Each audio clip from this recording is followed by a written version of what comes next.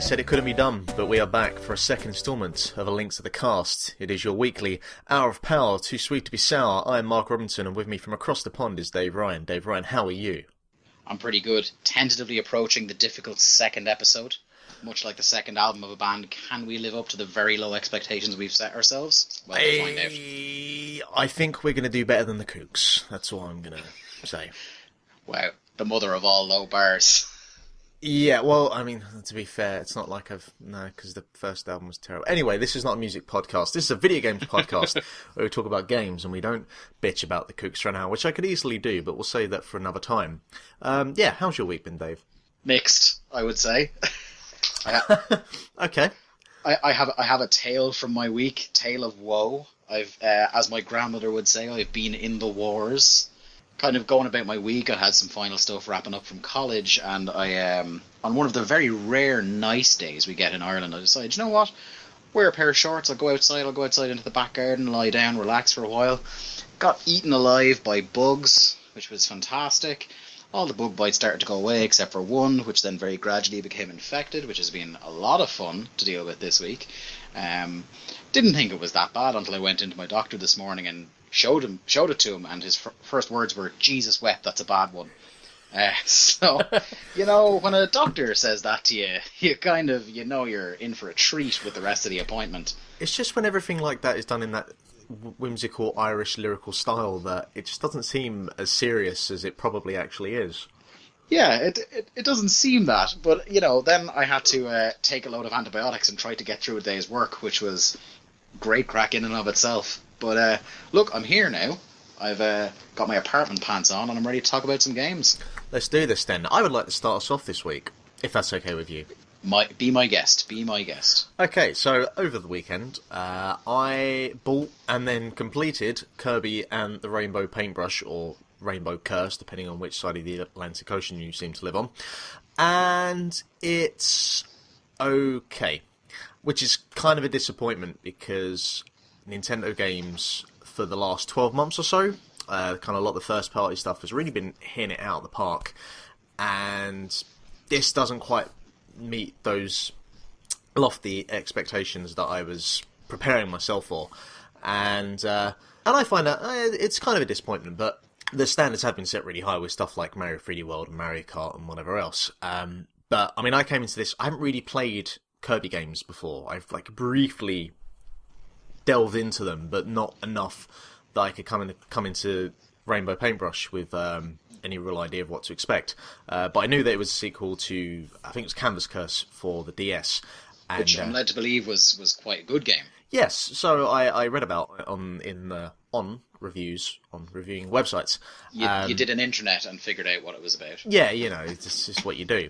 And to be fair, it has to be said that you could probably do a lot of doing the internet with Rainbow Paintbrush, because one of the biggest problems it has to start with is that it's absolutely beautiful, which doesn't sound like a negative thing, but it kind of is, because to play the game, you really have to spend the whole entire duration of the game looking at the gamepad, because you use the stylus, for anyone who's never played the original or the new one. You use the stylus on the gamepad to make lines across the screen, and that's kind of how you control Kirby. You don't use any actual input at all with the physical buttons. It's all on the screen. But that means that you can't really ever look at the actual TV to see what's going on, which means that you don't get to see it in its kind of full 1080p, full resolution, which is really disappointing because it's a beautiful game. The claymation style it looks so nice, but you'll never get to see it unless you're going to watch it on a YouTube video or you're watching a friend play it. And that's kind of an inherent issue with, you know, the way the game is designed, and it's not so much of a problem when you're doing it on the DS. Obviously, it's a bit of a problem when you're doing it in a slightly more upscaled fashion. The other issue with that kind of correlation between the DS and the Wii U is that holding the DS with one hand and playing with the stylus with the other, that's fine. Trying to do that with a Wii U gamepad in one hand and using the stylus with the other, a little bit more problematic. Your left hand or your right hand is going to go a little bit limp after a while, so you kind of either have to reduce it to shorter game sessions or you have to kind of set it up on your lap or play it on the table. And it's just, I don't think the thought process at the start of should we make a Kirby game like Canvas Curse, whatever it's called, for the Wii U, should we actually do it or not? And there are parts of it that are really nice, and it's like, yeah, this definitely should have been done, but the actual kind of practicality sense of doing it was probably not as well thought out.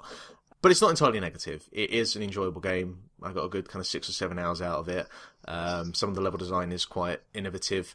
Kirby can change into like a rocket, a submarine, and there are some challenges to it as well. Some of it is in the actual design mechanics of kind of squiggling lines across the screen, which gets a little bit crazy and a little bit hectic. But certainly not going to say it's a bad game. I'm not going to say it's a game that I would have probably paid full price for with hindsight. Probably something that I've rented out for the weekend because it is a pretty short game. But, it was fun. So I'm not going to put a big black cross over it. I would say check it out, rent it, play it, or just try and grab yourself a copy of the original if you have a DS, because it's probably the way really that kind of game should be played. It seems to be another one of these things where it's just very clear that Nintendo had this great idea about we're going to have a gamepad and we're going to have a home console, and they just can't get the two together properly. They can't figure out a game that perfectly requires the TV and the gamepad together, and this just seems like a real game that has suffered greatly from them trying to force the functionality into it. Would you say that's fair? I mean, it's still like a very nice game to look at on the gamepad, but all the effort and work that is put into making the game look as lovely as it is kind of wasted because, you never really get to look at it in the way it should be. And, there's a lot of stuff that could be said about the Wii U in general and the gamepad and what its core functionality is. And, I'm happy that they decided to take the risk of making a platform game a little bit differently and to really incorporate the gamepad, because for the most part, when I first saw the gamepad, I just presumed it was just a slightly expensive inventory device. I remember I played Zombie U, it was the first Wii U game I played. I was like, oh yeah, look, I can look at my inventory. And then I remember playing Wind Waker. I was like, oh yeah, look, this is my inventory, and great. And it's great, obviously, if you can't look at the TV and you need to play your game on your device. It's good for that. So it's, there are pros and cons to the Wii U in general. It's certainly not the most perfect console that's ever created, which is why they seem to be doing a Sega and already working on the new one, which that's a conversation for another day. It's a long conversation for another day. Yes, but I do like the game. I know I've spent more time kind of critiquing it, but I think it's more for issues that aren't solely related to that one game, I would say. But yeah, it's still fun. It's still worth a crack at, I'd say. And where can the internet read your thoughts on these matters to get a plug in nice and early? Nice. So for we have a Tumblr website where I'll be posting up the videos for these podcasts on YouTube onto the Tumblr website until I can figure out how the hell RSS feeds work. Well, if we even need to do it, because if there's only 3 people listening to each episode, that seems a bit pointless. But yeah, link to the casts.tumblr.com, I think it is. We are going to start doing some written, wordy pieces, which might come in the form of short reviews or opinion pieces or all manner of stuff, depending on how long we decide to keep this gimmick up for. All kinds of good stuff. Have you been playing anything else this week, Mark? I played the Splatoon demo. Oh, do tell. This is one I've been interested in. Yeah, so for anyone that didn't know about Splatoon, or what they were doing this week, they had the demo available to play for free 1-hour sessions. The first one was at 4 o'clock in the morning. Not entirely sure. I'm presuming that was playable between like North America and here. I'm guessing. I don't fucking know. So I played the last session, which was at 8 o'clock in the evening of Saturday. And so for anyone that doesn't know, it's the demo that was available was the multiplayer mode, which is 2 teams of 4 on 4, and it's an over-the-top shooter. Well, it's kind of an over-the-top shooter. It's a third-person shooter, and the idea is you have a map, and you want to cover as much of that map in your colours ink. And you have these humans or kids that can transform into squids, and they have a variety of guns depending on which one you want to pick. And yeah, you have to cover the area in ink, and you can also kill your opponents or send them back to their respawn point as well by using your weapons.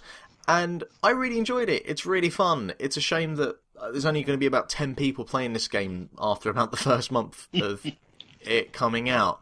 But it's a really cool concept, and I mean, I don't delve into online multiplayer too much, and even half an hour of Splatoon I was getting annoyed because I had one weapon and I was being rubbish with it, and everyone was being good with other weapons, so then I picked that weapon and then I was being rubbish with that. And I think it's just more a general kind of comment about me. But the weapons are really cool. There's like a little kind of Uzi type machine gun that splatters short bursts of ink. There's a big fuck off roller that you kind of roll along the floor, and you can just run over your enemies, which is really cool, but the trade-off is obviously they can shoot you from afar. The idea that when you have an area of your colour ink on the floor, you can tap I think it's the L2 button, and you turn into your squid creature, and you can kind of swim in the ink, and you can use that to climb up the sides of walls and like into higher areas. And it's really well put together, and it was a really cool way of approaching the demo to have it available for people to play before launch, because that hour of playing it, and I think I played it a little bit at Eurogamer last year, and I was really I remember when I saw it at the E3 press conference, and I was like, yeah, that looks really cool. That's something a little bit different. And again, it's something that I'm glad that Nintendo have taken the risk to do this. I do worry, just because of the install base of the Wii U, how many people will actually be playing this. But I guess we'll kind of see. But it's definitely, if you have a Wii U, it's definitely something you should at least have a look at. Haven't played it a bit. Would you say that this new idea, this new kind of first-party concept, this idea of a team shooter on the Wii U is going to suffer a bit from the Wii U's complete lack of voice chat? Well, I mean, the whole voice chat thing, I've never really been sold on it. I don't need to listen to a bunch of 12-year-olds screaming at me through the internet. If you're that desperate to be talking to your friends, like if I was going to play this with you, we could just call each other over Skype, and then we can talk to each other while playing it. There are ways around it. And considering Nintendo's stance and policy on these things when it comes to online multiplayer, for me, it doesn't really bother me. And if there are people out there that aren't going to play it just because of that, I'm not business-minded, orientated enough to say anything other than go fuck yourselves. I really don't care. Obviously, that policy only gets you so far. Maybe it's something that Nintendo should think about, maybe look more into, maybe see, what the percentage of people actually playing it who actually buy it at launch. And if it is a really small core base of players playing it, maybe think about, would online chat, would that maybe expand the amount of people that buy it? I don't really think that's going to be the case. Yeah, you can find ways around it, as you said, but it is terribly handy. Like, when I have my PS4 or my Xbox One and I turn it on, and, like, particularly with the PS4, which I'm more familiar with, because I only just got an Xbox One recently, but just being able to, like, stick the headphone jack into the controller right in front of me and be able to have my settings to prioritize chat, so I'm not hearing the aforementioned 12-year-olds screaming at people when I'm playing FIFA. I'm just, like, talking to another friend of mine who may be playing FIFA with me, maybe playing another game, stuff like that. It's just kind of like, there are ways around it, and obviously, relatively tech-savvy people like us who would have kind of a tablet or another device in the room that might have Skype, sure, it's great and convenient for us, but it's just kind of another annoying kind of, having to do that is just slightly frustrating sometimes, I find. It's not the thing that will make me decide, okay, I'm going to buy Splatoon, I'm not going to buy Splatoon, but it's just kind of like, there'll be a moment where I turn on the Wii U and go to boot up Splatoon, and I'm like, oh, for fuck's sake, I'll get the tablet out now, sign into Skype, blah blah blah. You know what I mean? Yeah, and I mean it. Like, there's a stereotype of what you'd think of a typical Wii U owner or a Nintendo owner in this day and age of being a 12-year-old child or whatever. And I don't think that's necessarily going to be the case, but I can see where Nintendo's stance and policy from, the kind of core demographic that they think, well, we think that they kind of work towards, I can kind of see where they might be a bit uneasy about having online chat for that, particular thing. I certainly think there's more of a chance of I'm going to get screened by a 12-year-old or 15-year-old, playing FIFA than I am playing Splatoon, but, no situation's perfect. So at that point, I might just segue nicely into the games I've been playing this week. Please. I've had, again, it's been a busy enough week, so I haven't dipped too heavily into anything, which I fear is going to be a mantra for the next couple of weeks until I'm on my summer holidays. But I've played bits and bobs. One that I want to kind of get out of the way because it's one I've been playing for ages and love so much, is I've been getting back into Smash a little. Smash Brothers on the Wii U. Because in the last week or two we've gotten, finally, the long-promised Mewtwo download for us suckers who went and got both the 3DS version and the Wii U version. So I wanted to try that out, have a few more fights. It's a great kind of... Smash Brothers, it's not the most skill-based fighting game you're going to find. The evidence being is that I've actually won fights on it. And I am by no means a fighting game expert. But it's right, because Smash Bros isn't a fighting game, so nothing to worry about. It's a brawler. It's a lot of fun. But it's the Mewtwo download, and they're going to they have this poll open to download more characters and stuff like that, and it's just kind of this is one where they nail the DLC for Mario Kart, where there's extra tracks and things like that. But for Smash Brothers, it's already so kind of bloated with characters. I think there's something in the neighborhood of 52 characters when all of them are unlocked. Like half the cast of fucking Fire Emblem, and some Xenoblade in there, and some Olimar.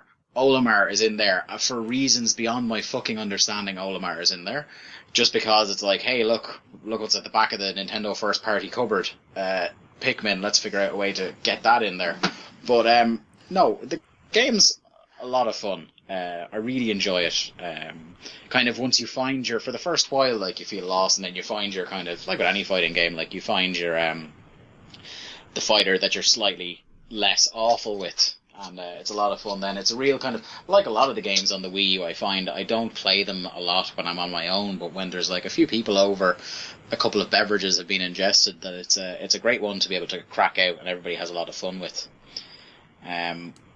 Other stuff I've been playing, like I said, I got an Xbox One there very recently and got a couple of games with it, and one game I am absolutely blown away by, and were it not for the fact that it's quite an expensive console, would single-handedly justify why I bought it, is Sunset Overdrive, which is a game by Insomniac, who were the guys most well-known, I would imagine, for in the last generation for making the Resistance series on PlayStation, which...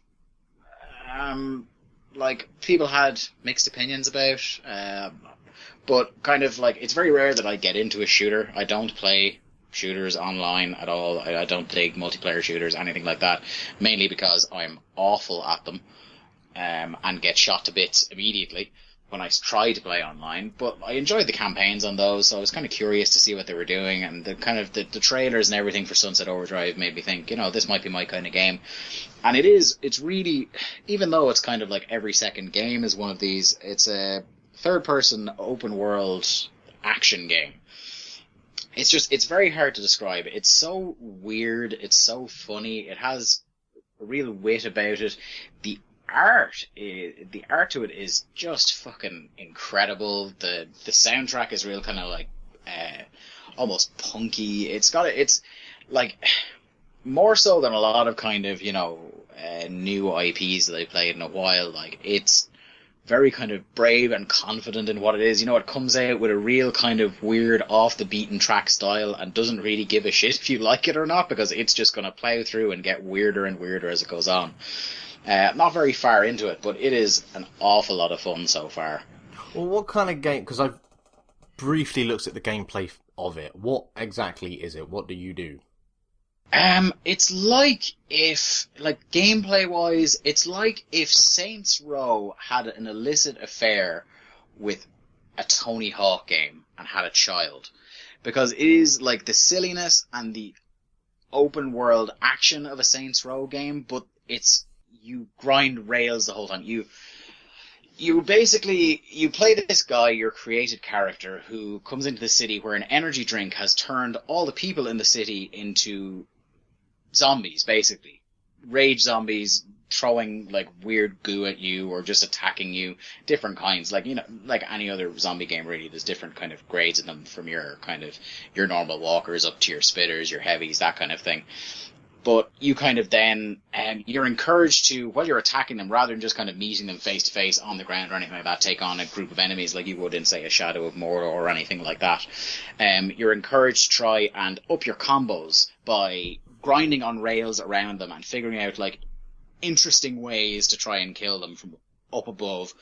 And just kind of, the whole emphasis of the game is to never stop moving, never stop running, never stop kind of grinding, flipping, switching guns, switching kind of your amps, which are kind of like your upgrades in the game. And like, it's just kind of, it has a Saints Row sensibility about it, in that like a lot of the weapons in it are just fucking ridiculous. Like, one of the early guns you unlock is a vinyl record launcher. Nice. Which is just fucking brilliant. Like, it is like, it's just a lot of fun. Does it have a Jet Set vibe about it? Yes, it very much does. Like, a very kind of like, these are people who clearly, like, it isn't to Jet Set Radio what I described last week as Axiom Verge being to Super Metroid, but it's certainly kind of, there's some Jet Set Radio in there. It's more of an influence than a full-on love letter.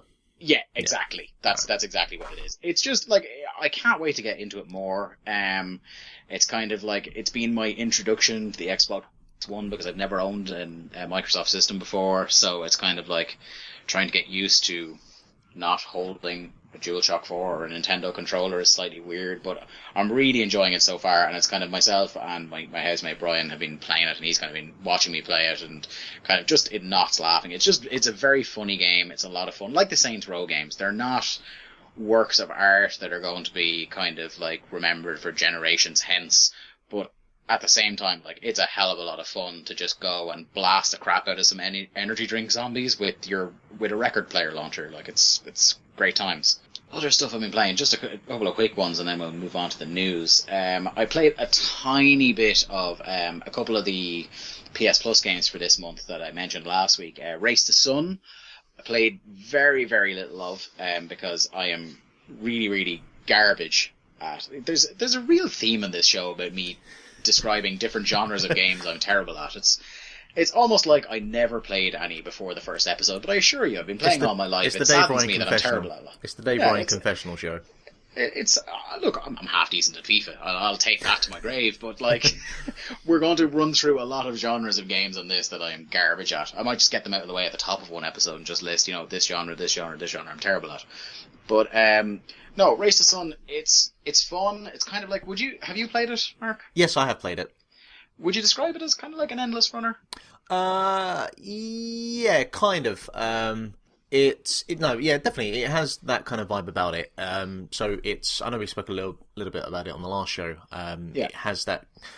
Well, it's not exactly like Star Fox, because that you had a little bit more free movement to kind of move up and down. With this, you sort of, it's like a fixed rail, and you can just move left or right. And the idea is you've got the sun in the background, and that's kind of coming down, and you need to race the sun. And you can collect like pickups to delay when the sun comes down, and you have to avoid obstacles, and it gets faster and faster. And it's a kind of pretty simple core mechanic, and it kind of works in its execution. The key thing for me. And I feel kind of bad saying it, because, as I said last week, I did interview the developers about it, about the game, but I do find that just the general UI of it is it doesn't look as professional and as polished as it probably could. Just some of the menu interfaces and whatnot just don't look, I'm not expecting anything grand. It's a 2-man development team, but it doesn't look finished, is what I would say. Yeah, no, I get you. Now, like I said, I've only played, I think I've gotten through a couple of phases on it, and it is the kind of unfinished look to it. I can't quite decide if it's entirely deliberate, or it's just a kind of at a certain point a decision was made based on the resources they had to kind of go for this art style. I mean, like, the actual art style of the actual game itself, I have no issues with that. I'm just talking about, like, the actual general interface when kind of going through the menus. Just the UI. Yeah, no, I know what you mean. Yeah, no. But I'll probably play it. Like, it's a free game. I'm not going to complain about it. So, like, I'll probably dip into that a bit more. Yeah. But the game, go on, yeah. I was going to say, I mean, it does the simple things like it'll give you objectives, get so far without crashing, perform 10 jumps in a race or whatever, and you can kind of build up your ship through that way and collect, like, a magnet to collect more of the points, pick up pyramid things, whatever the hell they are. So it does a lot of the kind of standard design tropes that you would expect from, like, an endless runner. But as you said, it's free on PS Plus this month, and it's not a bad little game, so give it a look. Yeah, definitely. The game I'm really excited to talk about this week that I've been playing, and it's one I played in the last couple of days, speaking of free PS Plus games, Ether Goddamn 1, Mark. Right? Tell me about it. So last week when I was putting together the news for the show, and I was like, oh, it's the week where PS Plus games are announced. I was like, okay, right, I'll go onto the PlayStation blog and I'll pull down the list of games we're getting this week and see what that's about. And one of them is this game called Ether 1, which I'm just like, okay, the trailer looks interesting. It was very kind of almost indecipherable. The trailer, it's one of those games where, like, things aren't quite what it seems, sort of a thing. On the face, it's a first-person puzzle game. The game is developed in the Unreal 4 engine, I believe, so animation-wise, and it's not going to be the last time I compare to this, but there are hints of BioShock about this game. Yeah. And I don't mean to, like, put it up on a pedestal already by comparing it to, like, two of my favorite games of the last generation. We will not speak about BioShock 2, that never happened, but it's certainly a BioShock feel to it. The whole kind of the premise of the game, we'll start there. The premise of the game is that you work for a memory retrieval company called the Ether Institute of Telepathic Medicine, I believe they're called. You are an investigator who goes into the minds of people diagnosed with dementia, and you attempt to retrieve lost memories in an attempt to kind of rebuild their minds in the real world. Okay? Yep. So it's kind of a wacky premise at the start, but once you kind of go, okay, fuck it, I'm on board with that, things start playing out very normally. You go into the first memory sequence, which is based in a mine. Now, I don't want to give, because it's such a new game, and I know a lot of people wouldn't have gotten to it or even thought to download it, I'm not going to kind of spoil things too much, but during the course of this, kind of, you're going around and you're solving some simple puzzles. Like, there's kind of two layers to the game, which I really appreciate. There's the layer where you can just decide, right, I'm just going to play through and figure out some of her memories, go through the main story and complete it, or you can go and kind of, there's optional puzzles, there's projector puzzles, where throughout each area you'll find kind of disassembled projectors on the ground, which is a hint to you that there's a puzzle in the area, a real kind of weird, not obvious at all puzzle. Kind of reminds me, like, and not to make this my gimmick, but reminds me of harder Silent Hill puzzles, where you're just kind of, they're just fucking weird. And when you solve them, you put together the projector and it plays an additional memory from this person's mind. So I appreciate that there's kind of like a hidden kind of higher difficulty for people who kind of fancy themselves a bit of a puzzle game player. But when you're in the first area, this mine that I mentioned, I'm kind of playing through it. I'm like, okay, this is a decent puzzle game. It's not blowing my mind or anything like that. And almost as soon as I thought that, Mark, I'm not going to lie, the game goes fucking apeshit bananas. It goes absolutely mental. And I will send you the link because I shared this video to my YouTube channel over the weekend. It goes so nuts and reminded me so much without kind of, and I'm not saying this in a way that they're ripping it off, but in a kind of like a fond way, it reminds me a lot of BioShock Infinite. It goes that, like, fucking berserk all of a sudden. Right. Like, to the extent where I would not be surprised if the ending of this game is that the Lutesses had something to do with it. From that moment then, I was completely fucking hooked. It looks great. The story is very, very intriguing. The one thing I have to say that really is absolutely frustrating about this game, well, obviously the puzzles are frustrating, but in a good way. They're very challenging. Okay? Where you kind of, particularly those optional puzzles, you will not get those optional puzzles by guessing. You will not even find the optional puzzles unless you're looking for them. You will get the optional puzzles by paying close attention to every note, everything that's left around the game. Something else that should be pointed out at this point is that you meet no people. There are no other characters walking around in these memories except you, and you have your boss from the Ether Institute kind of coming through your controller and into your into your earpiece in the game, I suppose. It's weird. It creates a really cool atmosphere of kind of, you feel really lonely walking through it. That you legitimately are walking through these people's thoughts, because through the kind of, the PS4 has the speaker in the controller. So you get kind of random noises from the memory as you start piecing it together. You get random noises start filtering through the microphone really low that you kind of have to almost lean into the controller to listen out for it. It's that kind of weird. The thing that it really falls down on, because I am absolutely loving it, do not get me wrong, but the problem is that for some of the optional puzzles, I keep encountering a game-crashing bug. Oh, really? It is killing me, because I want to play the fuck out of this game. I want to get the platinum. I just want to be absorbed into this world. But I kept getting this game crash when I was looking for a particular item for a particular puzzle. I'm not going to get very specific. But it would just crash and crash and crash and crash. And, I've had it with games where games sometimes just randomly crash. You do something weird and it happens and you reboot it. But this was happening 5 and 6 times in a row doing the exact same thing. So I went and Googled it. And in fairness to the Ether 1 team, they already have a patch submitted for approval, because this was not unique to me. This was happening all across the board with a lot of different puzzles like that. So there was on the PlayStation forum, people had been reporting the bug, and they've already submitted the patch for approval. So they're optimistic, saying the patch will be out tomorrow, which is Tuesday the 12th.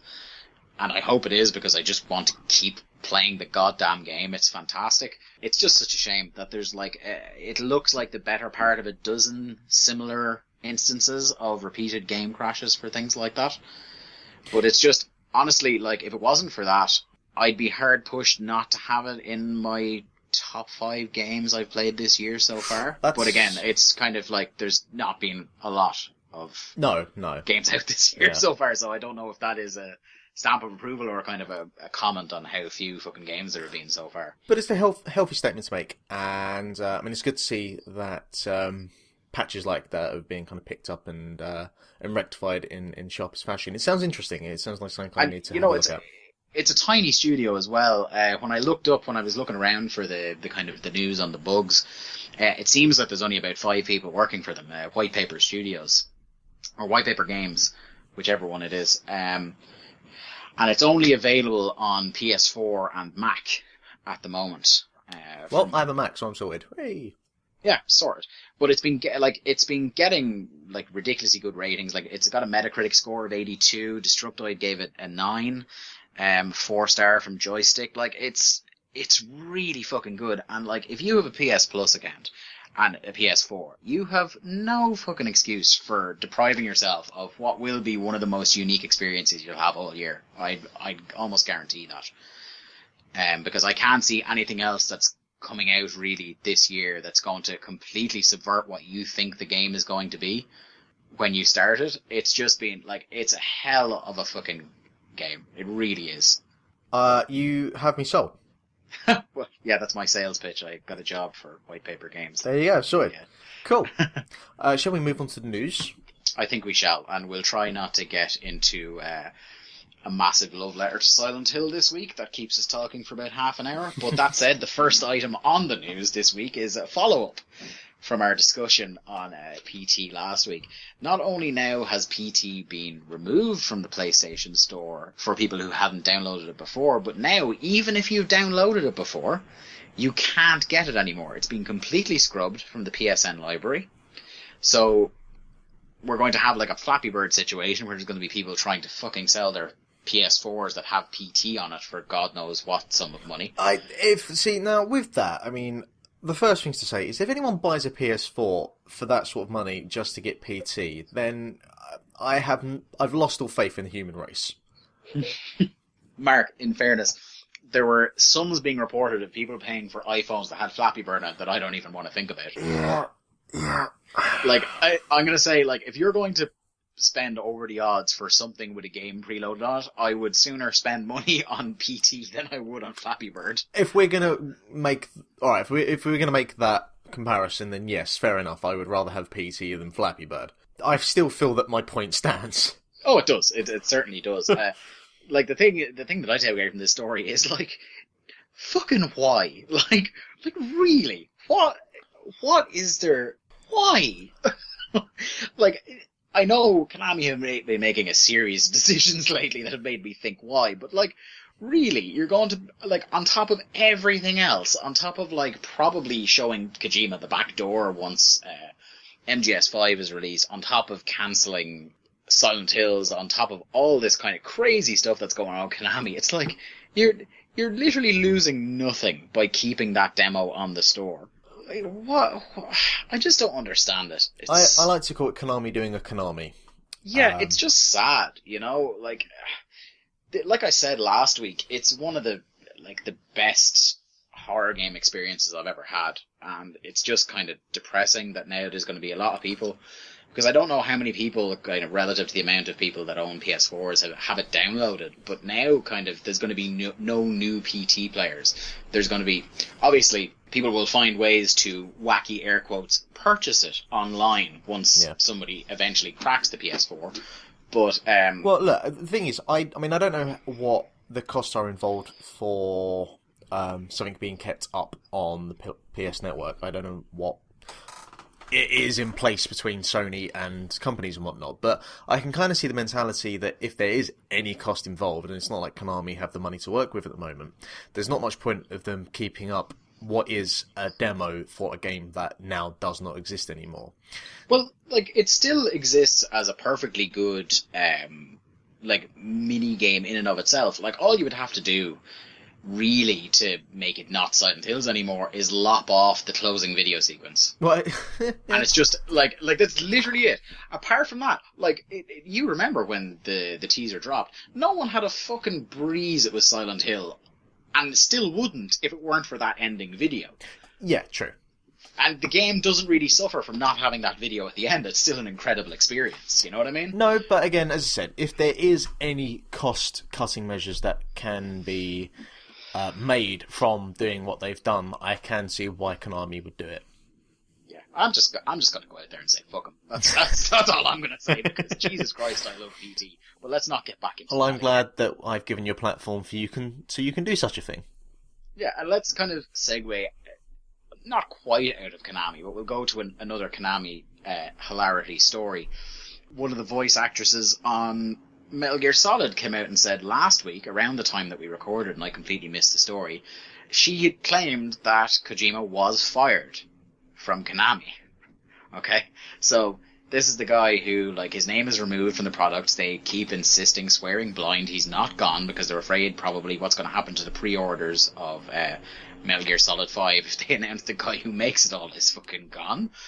So, your one comes out and she says a tweet to the effect of, you know, he's gone, but please don't cancel your orders.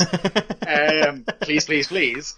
And then, very soon after, she retracted those statements and suddenly decided that a man she was stone fucking convinced was fired. Now all of a sudden she said, oh no, he's not being fired at all. So, like, Konami are just a mindfuck. Like, if it weren't for the fact that it's not a clever, like, thing at all, I would almost swear this is a massive mind game from Kojima himself, like a viral marketing campaign. Like, it's right up his street of doing something this fucking weird. But it's just that the company is just sad. It really is. Well, I mean, to sort of tag along on to the side of that, I don't know if you saw the pictures today of the toys that are coming out with the new Metal Gear Solid game that feature female dolls with squeezable breasts, or breasts that are of a softer texture, if you will. You know, I saw a thumbnail on like my IGN app or something like that, and I just went, you know what? I could just as easily live out the rest of my life without clicking that story. And at this point, I just have to believe that this is just one big fuck-off troll job by Hideo Kojima. Do you know what? If it is, I will give him a standing ovation. Like, at this point, it's the whole kind of quote of some men want to watch the world burn, and I feel that Kojima is currently at that point. Like, if that's the case, then I can't wait to see the crazy shit show that comes out in September. I really can't. Yeah. But hey, hopefully this is this will be a kind of follow-up story every single week, so we have something to talk about. It seems like it will be. It seems like they literally cannot stop the thing from springing leaks at the moment, so we'll see what happens. We'll keep an eye on it, although, you know, you don't really need to keep a close eye. No. So we'll talk about a couple more news stories before we get out of here and move on to our book club. Nintendo have kind of, sort of, but not really at all, given some details about this mysterious membership scheme. Now, like, I think we mentioned very briefly last week, Nintendo's relationship with the internet has been hysterically funny. That is the only way I can really describe it. They are really like your grandfather who has just discovered what a Facebook is for the first time. You know what I mean? That's like... It certainly reminds me of when my grandfather discovered Facebook. It's like that they're just kind of learning this internet stuff as it's going along, as if the internet just became a thing last week. But they're obviously trying to, with this kind of... They've gotten rid of Club Nintendo. Well, they're phasing Club Nintendo out, which was this... for people who aren't familiar with Club Nintendo, you would buy a Nintendo game, whether it's a DS game or a Wii U game, you would get an unreasonably long PIN code to put in, to then fill out a 5-page questionnaire to get some points to get you some Mario-themed stationery. Have I summed up Club Nintendo there? In a nutshell, that's pretty much it. Yeah, it was really kind of like, we're not for the fact that I buy an awful lot of Nintendo games. It really isn't worth it. But obviously the thing they're aiming for is something more like an Xbox Live, or particularly I think the real kind of standard bearer in the industry at the moment is PS Plus. Yeah. It's the best value for money, for me anyway. You get like minimum 2 free games per Sony platform per month for €50 a year. And like since I've gotten my PS4, I've gotten Resogun, which for some people is still the best game on PS4. I've gotten Mercenary Kings, which I love the hell out of, and we played a bit when you last visited. And just this month, Ether 1, which I'm madly in love with. So, like, it's a fantastic deal. I get games left, right, and centre for my Vita as well. And my PS3, which gathers dust in my grandmother's house, also has a load of free games waiting for it next time I'm inclined to turn it on when I'm over there. But all they've really announced is that they've said, yes, we're working on it. And yes, it's going to connect to a bunch of different systems. So the environment they're talking about is that it will connect to 3DS, it will connect to Wii U, it'll connect to your PC, it'll connect to your smartphone, connect to your tablet, and of course this mysterious dedicated game system codenamed NX. Yeah, well, I think the key thing here is there was a lot of people decrying that the relationship between the 3DS and the Wii U was kind of like the relationship between Kojima and Konami, and that they really needed to change that. And you know, you see what you can do with your PS Vita and your PS3 and your PS4, and I really think that Nintendo have just seen, okay, well, we've now announced that we're gonna be having games on smartphones, tablets, or whatever. We really need to, you know, really bring this all together under one roof, and I think it's a smart thing to do. I do believe that there was a nice charm to what Club Nintendo was, but ultimately it was pretty fucking pointless in the long run. Yeah, it was like... Club Nintendo to me was like if Mario opened a lemonade stand on the street. You know what I mean? It's like, oh, that's adorable. It's a nice try at something, but I'm just going to go buy my Coke in normal shop. You know what I mean? And for Nintendo, that's not really how they usually do these things. They're usually pretty big, bold, and brash about something... Well, anything that they'll do, and they're usually... Like, I don't think people give Nintendo enough credit for being pretty fucking out there with some of their ideas. Yeah, because think, everyone always just thinks Nintendo, Mario, Zelda, Metroid. But if you really think about it, I mean, you just fucking look at the Wii, for crying out loud. Yeah, I think I don't know whether it's. I'm trying to think of the podcast. I'm thieving this idea from, whether it's 8-4Play or Nintendo Voice Chat on IGN or something like that I listen to. But someone, like, constantly, when Nintendo come out with these nutso ideas, constantly refers back to, like, that Nintendo, way more so than anybody else in the industry, is still, like, the crazy toy maker. Yeah. You know what I mean? They're still, like, you know what I mean? You can pretty much, it is hard for something Sony does in their first party to surprise you. Even harder with Microsoft, because Microsoft don't have that kind of the long lineage where we know what to expect from them. But with Nintendo will still do things from time to time where you're like, just fucking what? Like, what? Why? Like, and in a good way, I mean it. Like, Mario Maker, that's coming out this year. That's something that, like, you never would have thought that they would hand over the creation tools to Mario to the player in a very Little Big Planet sort of way, where, like, it almost shits the bed on the idea of them ever being able to make a 2D Mario again, like the new Super Mario Bros. U and stuff like that, because now there's going to be a massive library of user-created content online. So it's a fucking crazy idea to do, but they've done it, and, like, I am so excited for Mario Maker, I can't even tell you. They do crazy stuff like I'm trying to think off the top of my head. Yeah, like Splatoon that you talked about earlier on. It's like, who would have thought Nintendo of all people would just go, do you know what? Let's do a third-person shooter. Why not? You know? Like, Nintendo are the ones that are constantly, like, pointing towards the back of the field, saying that that's where they're going to hit the ball. And they try it. It's like, it's definitely got to be admired. Yeah, or even, like, you look at them taking over, like, buying Bayonetta 2, which, you know, would have never seen the light of day otherwise. Just speaking of like crazy that. Fucking ideas. Yeah. We'll see how it works. You know, Club Nintendo was a nice idea, but I felt was a little uninspired. Hopefully this will just kind of bring everything together, if nothing else. Certainly between the 3DS and the Wii U and the next system, which I'm going to call the new cast for the time being.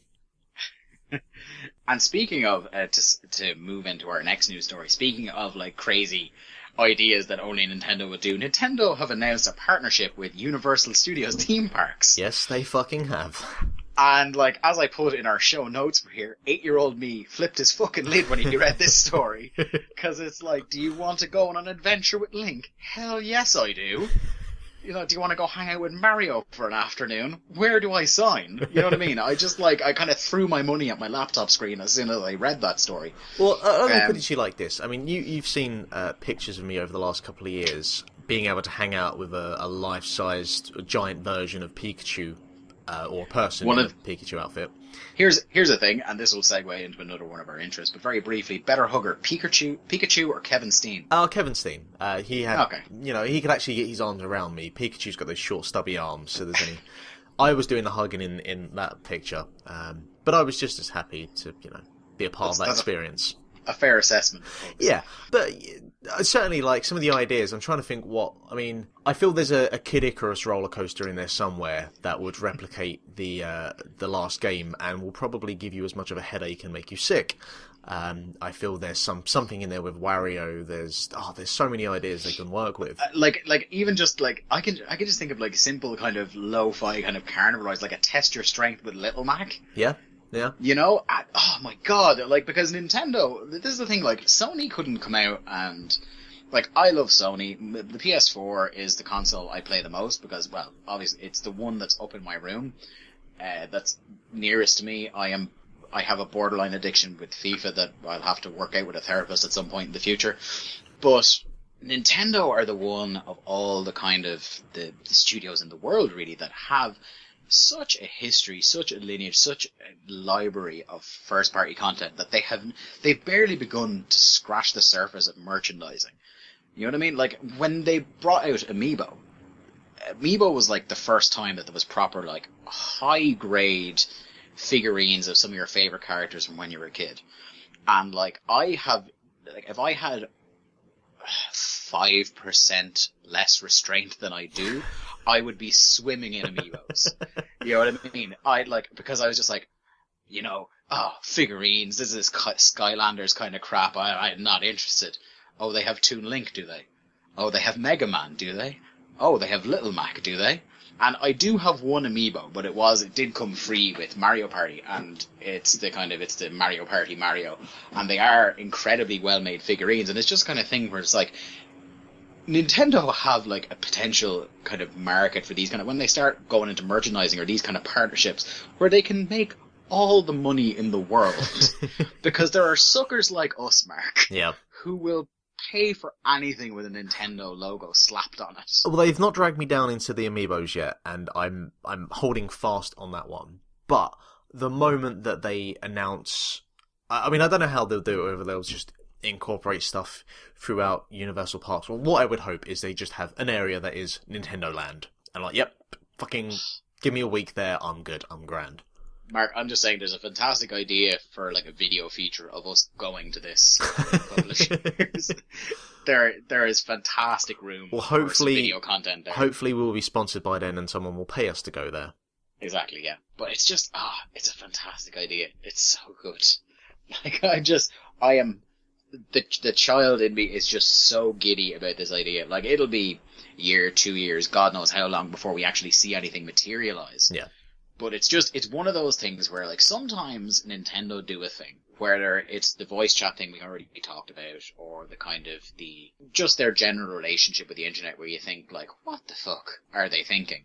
But then there are other decisions like this, like Amiibo, where you're like, they are still as sharp as ever. They still know where the money is. I mean, I wonder, like, with decisions that they do, where some of them come from, whether it's from the Western offices or whether it's from the Japanese side of Nintendo, and where these decisions actually come from, because I feel that a relationship between Nintendo and Universal Studios I would presume would be more of a Western something that Reggie would have probably come up with. I was going to say everybody's best mate Reggie. Yeah. But stuff like the Amiibos, well, the Amiibos could probably have been a working relationship between the two sides. It's there's so much of a bigger picture when it comes to that kind of thing that I sometimes think that people don't look into. But anyway, that's my 2 cents on that. Yeah, Nintendo Land, 2 years' time. Yep. I can't wait. We'll move on to the final news story, and I'm going to throw this one over to you because I have never really played this genre of game all that much. Really? I just kind of missed me, and as we get into this, I will explain why. But Mark, do you want to talk about Tony Hawk's Pro Skater 5, do you? I mean, I want to talk about why the fuck it's called Tony Hawk's Pro Skater 5 when, the last game I believe was it Project 8? Did Project 8 come first, or was it that awful Tony Hawk's Ride? You were talking to the wrong guy. Yeah, I realised this. But there's been a number of Tony Hawk's games, and I know I've certainly played more than 4 of them. So, not really sure where they come up with this idea from, but I guess it's better than just saying, fuck it, we'll just call it Tony Hawk's Pro Skater, and we'll just reboot the whole series, because rebooting and remastering is the kind of thing we're doing at the moment, and they've already kind of remastered the first one, so whatever. I'm a big fan of the Tony Hawk series. Well, I was a big fan of the Tony Hawk series, and then they became a little bit redundant, and then Skate came along and was more, well, it was more sim-like, but not to the point that it was boring. It found a kind of healthy balance and was just doing everything right that Tony Hawk's was doing wrong. Either way, Tony Hawk's is a big part of my childhood of gaming. And, it was just this really awesome blend of just kind of punk rock and just really solid gameplay. My biggest issue is, do we get Imagine Dragons on this game? Or Bastille? Or some nonsense? That's my biggest concern here, because music is quite terrible at the moment, but again, this is not a music podcast. Again, the majority of the time I play FIFA, I play it with the volume so far down until I start the actual game, because I don't need to hear Kasabian in my video games. Thankfully, the era of Kasabian being pretty much every year on at least like either Pro Evo or FIFA seems to be at an end for now. I hate to jinx things, but that seems to be over. But it's been replaced by even more kind of indistinguishable dross for the most part. I will say that some of the pictures they've released, I mean, I'm no graphics fiend by any means, but it does look like, at best, a half-shoddy attempt at a PS2 game. I'm literally just looking at them now. Wow. Yeah, and I think, yes, they've announced that it's PS4, Xbox One, PS3, and Xbox 360. I really feel at this point they could have just had them announced as for, I say current gen, next gen, whatever you want to call it, but PS4 and Xbox One, and really just focused on that.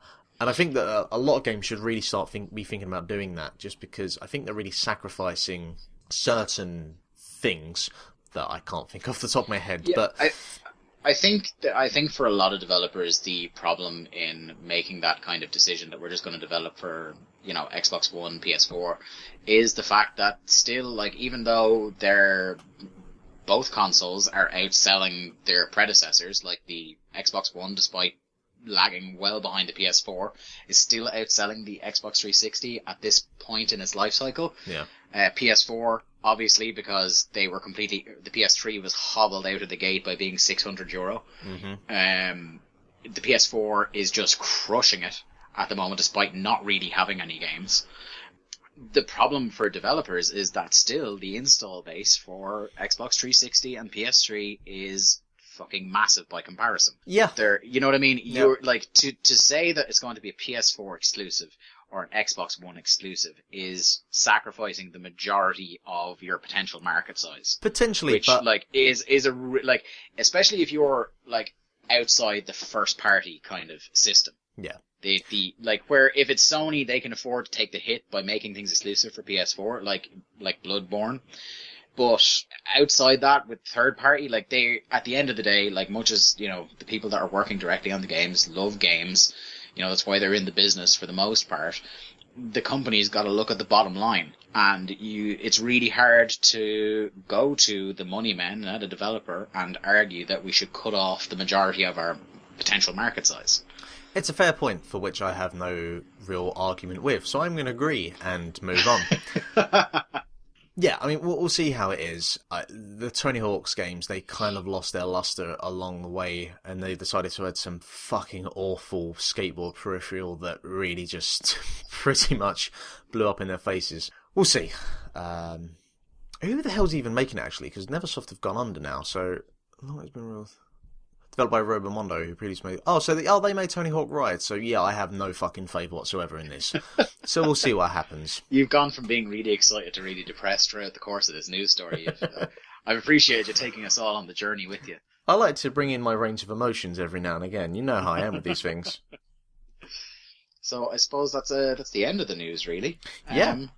And let us move nicely into our final segment, which is the Link to the Cast Book Club.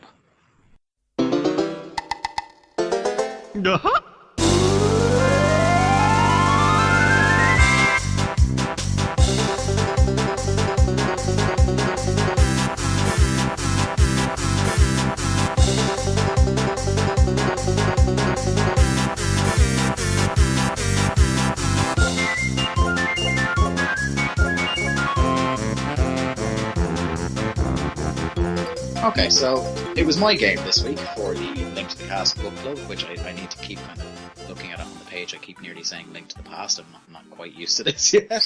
But, I mean, we've been saying that for, a fair few years now, so... In fairness, yeah. So the Link to the Cast book club I announced last week because I was shocked at your lack of kind of fond memories of the game. Banjo Kazooie. I dispute that. I have memories. I enjoyed it when I played it. Just I didn't play it in 1998. I played it in 2008. So Banjo Kazooie was a game that originally was going to be on the SNES under a different title, Project Dream, which was going to be about a young boy named Edison who had trouble with pirates. The game eventually went through many kind of different facelifts and arrived in 1998 on the N64. And there's going to be a theme to the games I pick on this show. There's going to be a lot of N64 fondness, because it was my console growing up. But so Banjo Kazooie comes out in 1998, and it was really kind of... For me, it was around that time where most of the games I would be playing regularly on the N64 were by Rare. Rare at the time were just the best around for me. They were firing on all cannons, let's be honest. They really, really were. Which makes it very sad now, which we'll probably get onto at some point during this, to see kind of what's happened in the years since. But at the time, Rare were just the best. If almost as much as the kind of the Nintendo seal of quality. If you saw on the N64 box that Rareware logo, yeah. you knew you were in for a treat. Yeah. Right. So I got this game, as I described last week. I was so excited for this game. I was a proper Nintendo fanboy when I was a kid, to the extent where I would refuse to play my friend's PS1 when he was around. I was just like, you picked the wrong console, mate, sorry. You know, don't want any of your Resident Evil shit like that or anything like that. Like, I would later on become a lot more mature and realize that, you know, I'd missed a lot of these and go back to them. But at the time, I was hardcore N64, to the extent where I would buy Nintendo official magazine every month, and it was the best read I had every month. And I remember following this all through kind of the, you know, the upcoming title stories about Banjo Kazooie, getting myself into a fervor over it. And like I described last week on the show, kind of hoodwinking a news agent into putting aside a copy of the strategy guide for me and all this sort of stuff. It really is kind of, when I think back on kind of games that have brought me to the unfortunate financial obsession I have with video games now, where I kind of spend an unreasonable amount of money on them, Banjo Kazooie is partly to blame for that. It's a game where even now, at nearly 26, I can just turn on the N64, put in the original copy of Banjo Kazooie I got in May 1998, fire it up, and I'm still having a grand old time. And it's got all the hallmarks of just rare brilliance. The platforming in it is absolutely solid. It's a collectathon. There's a lot of things to collect in it. There's your jiggies, the jigsaw pieces, there's the Jinjos, things like this. There are a lot of kind of things to collect in the game. And whereas now when I play a game that's kind of a collectathon, I get very, very frustrated and think, oh, for the love of fucking God, there's no way am I collecting everything in this game. But like, Banjo Kazooie was one of those games where like I was quite happy to stay in that world as long as I possibly could. Collect everything I could, have as much fun as possible. Another thing that really kind of hits home for me, and by now you've probably heard it in the intro to this segment, the soundtrack to Banjo Kazooie is among my favourite soundtracks in any game. It is just so happy, it's so fun, it's so kind of indicative of, it's just my childhood in a soundtrack, you know what I mean? Yeah.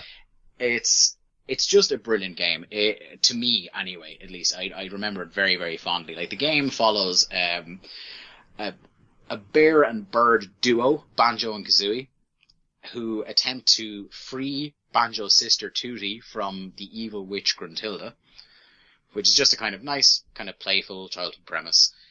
And kind of through that kind of narrative, you explore, I think it's 9 different worlds.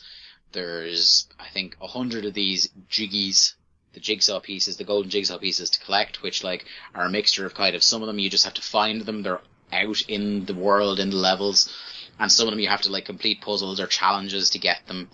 There's a wide range of kind of different skills, different kind of cool little things you can unlock throughout the game, whether it's kind of, you know, Kazooie shooting eggs, or kind of being able to fly a bit, or kind of going to the shaman and getting changed into different animals to complete different challenges and levels, or, you know, if you're a fan of a cheat code, turning Banjo into a washing machine, which is always fun. No, it's just I don't know. I just remember this game so fondly. What are your thoughts on it? You said you didn't play it at the time, but you came back to it kind of a bit older. I'm curious to hear what your kind of impressions of things are without the kind of the rose-tinted glasses I have. Yeah, so, I mean, as you said, Banjo-Kazooie is that kind of collectathon type game. And for me, those kind of games never properly I got into. There's kind of stuff like that and Spyro that I always found to be a little bit tedious. Now, they obviously both have their platforming elements, but those platforming elements certainly weren't as immediate or designed with that focus in mind like Mario 64. But there is, and this goes for most Rare games and certainly a lot of Nintendo games, there is a pure innocence and charm and just fun. Like, it's just a sense of fun that you get from playing that kind of game. And, you know, Banjo Kazooie has that, and, like, I love Grant Kirkhope's stuff. The fucking Viva Pinata soundtrack is just beautiful. Donkey Kong Country is just still holds up today. And yeah, I mean, I find it more to be an exploration game than a platform game. Yeah, that'd be fair, yeah. And, I mean, it's a kind of game that you can just really just get lost in for, you know, a few days, where you can just really just sit down and just immerse yourself in the world, and all the characters with their kind of funny voices. Yeah. You know, it just has that charm to it. And it's one of those games where, like, it's a relatively early example in my game playing kind of life, where it was very kind of like that, and Super Mario 64 have this kind of, I don't know how I describe it, kind of non-linearity to them, where you don't necessarily have to go to stage 1, unlock everything on stage 1, progress to stage 2. Kind of a thing. You can come back to levels later on where there's still some jiggies, or in Mario where there's still some stars you haven't unlocked yet. And particularly in Banjo Kazooie, when you've got kind of more and more skills, there are some that are layered in where you kind of, it's forcing you to come back to the level later when you've gone to another level and unlocked, you know, skill X. It was one of the very first examples of that, where I can kind of like explore the world, or as much of the world as I kind of can when I've unlocked. There are kind of these doors where you collect musical notes. There's 100 in each level, and depending on the amount of notes that you have, it unlocks various parts of the whole overworld. So it was kind of like one of the first games I played, particularly on the N64 anyway, that kind of said, right, okay, you decide what order you want to do all these things in. And like, there are still some I haven't played. Like, my most recent full playthrough of the game, start to finish, was I think last summer. I just cracked out the N64 and just kind of played it non-stop for a couple of days. And one of the things I love about it is that whereas, you know, it's still got all that, you know, the childhood memories, stuff like that, I'm still being brought back to 1998 when I was like 8 years old, and how much fun I had then. But there are still challenges in it. Like, if you want to go back and try complete it 100%, there are still challenges to it that fucking frustrate me still to this day. There's particularly one, I think it's in, what's it called? Is it Rusty Bucket Bay or something like that? Where there's one, there's Jiggy hidden behind a turbine on the bottom of a boat that still drives me absolutely mental to this day. And I do appreciate that the game does, like, it's one of those ones. There's a lot of games that I've held on to over the years from the N64 era in particular, that like I can still go back to now and have as much fun as I used to with them. Much like we were saying about Link to the Past last week. And I think that's going to be like a theme going forward. They're games that we loved then and that we still love now. Have you played Banjo Tooie? Oh, of course, yes, I have. There was no way was I not getting Banjo Tooie after Banjo Kazooie. So Banjo Tooie is interesting to me. Firstly, because there was an attempt, a real kind of, and we talk about Nintendo really shooting the moon and trying to do real crazy stuff. There was this idea they had about really weird, kind of obscure, hidden items in Banjo Kazooie. I don't know if you kind of encountered this, but that would form something called I want to say it's the shop and swap or stop and swap. I have heard about this, yeah. Right. So the idea was going to be the stop and swap. That's what it was. The idea was that if you collect all these, it would then transfer to the sequel, Banjo Kazooie or Banjo Tooie, by, I don't know, taking out the cartridge really quickly or something like that.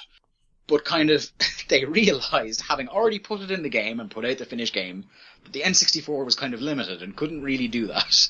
So there's kind of these weird, obscure items that are very, very hard to find in the game. I think there's one you might accidentally run across, if I recall correctly.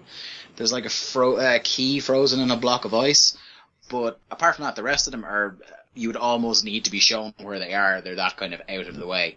But they just kind of still exist there in the game, which I appreciate. That kind of like, they just didn't bother taking it out. And kind of later on then, when they came to Xbox Live, they completed that where you could carry over into the next game. I believe what it eventually did was if you got all the stop and swap, if I'm not mistaken, if you got all the stop and swap items in Banjo Kazooie, it unlocked a trailer for the video game classic Nuts and Bolts, which we're not going to sully this. What a prize! This reminiscence with that. But no, Banjo Tooie. The thing about that was I enjoyed Banjo Tooie, but to me, if Banjo Kazooie came out today, Banjo Tooie would be the DLC we get 4 or 5 months down the line. You know what I mean? It was kind of, it wasn't different enough to justify it being a different game. It wasn't like, say, Ocarina of Time, Majora's Mask, where Ocarina of Time, one of the great games of all time, Majora's Mask, one of the great games of all time, they are not... It's a little bit better. They are... I will do this every week. I know you will. You're just going to keep shoehorning that in even if we don't bring it up. But wildly different games. You know what I mean? Like Ocarina of Time is fantastic, but like Majora's Mask, and I might be inclined to agree with you on your Majora's Mask campaign, just because like it's so weird and different and like unlike any other Zelda game, really. Just if nothing else, like they're drastically different in their tone. Yeah, exactly. And she's saying Kazooie and Tooie pretty much follow a similar theme and path. Like I said, like it's... I wouldn't say they're like two halves of the same game, because that would be to say that Banjo-Kazooie doesn't feel complete. It does. But it is basically like I said, it would be the equivalent today of DLC. It's like, you've had this game for a few months, how about some more levels and a couple of more skills? You know what I mean? Which doesn't necessarily sound like the worst. No, I still had a whale of a time with Banjo-Tooie. It's just not... It just didn't give me that same rush and kind of love and adoration I had the first time round, because I knew what to expect by Banjo-Tooie, which came out I think 2 years later, maybe even a little bit less. But yeah, I think that pretty much sums up my, like, if you look at it, go back and try and look up reviews at the time, it is kind of, even if you just go onto Wikipedia and look up the aggregate scores and the summary of the reviews for the game, like, it was really kind of critically lauded at the time. Like, it holds a Metacritic score of 92, like, so it's quite good. Yeah, for me, it's really an all-time classic. In the same way that, like, my Desert Island games are mostly probably going to be N64 games, and Banjo-Kazooie might well be in there, with like a Mario 64 or a Majora's Mask or something like that. Well, I'm going to segue into what we'll be playing next week, and I think this game might be in that Desert Island Discs type list for you as well. Do tell. We are only going back to 2007. Oh, okay. Because I would like to next week talk about BioShock. Oh, yes. Okay, I'm quite happy with that.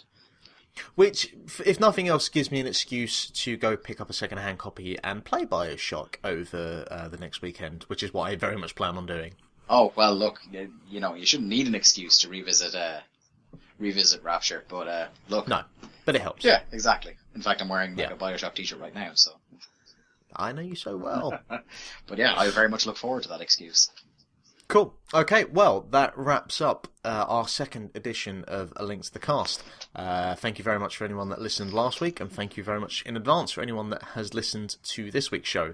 I will put this up onto the YouTubes, and I'll give you the link to our Tumblr as well, so please go and have a look, because we have our first review of Kirby The Rainbow Paintbrush up there. We will try and start kind of hammering some content out as and when we can. But and yeah, my schedule frees up very soon, so I won't be leaving you to shoulder that burden on your own for very long.